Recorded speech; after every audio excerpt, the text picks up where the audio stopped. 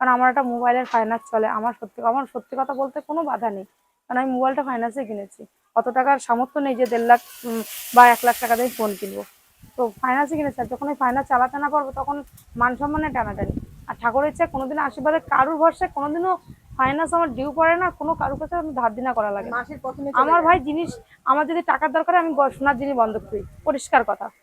কারুর কাছে হাত পাতার আগে আমি সোনার জিনিস বন্ধক করি, যাতে কেউ বড় কথা না বলতে পারে। ছাড়াতে পারলে আসবে ঘরে, না পারলে আসবে না। কি খারাপ লাগলে ভালো লাগলো না, সোনার জিনিস হলো আমি মনে করি বিপদের কাণ্ডারি। লোকের কাছে হাত পাতার থেকে মনে করি যে সোনার জিনিস বন্ধক থবো, টাকা নেব, আমার কাজ মিটাবো, যখন আমার টাকা আমি পাবো আমি ছাড়িয়ে নিয়ে আসবো। লোকে এসে বলবে না যে টাকা পাবো তোর কাছে দে। আমার দিক থেকে যেটা আমি ভাবি, আদার্স কে কি বললো না, আমরা কোনো লোন তুলি না।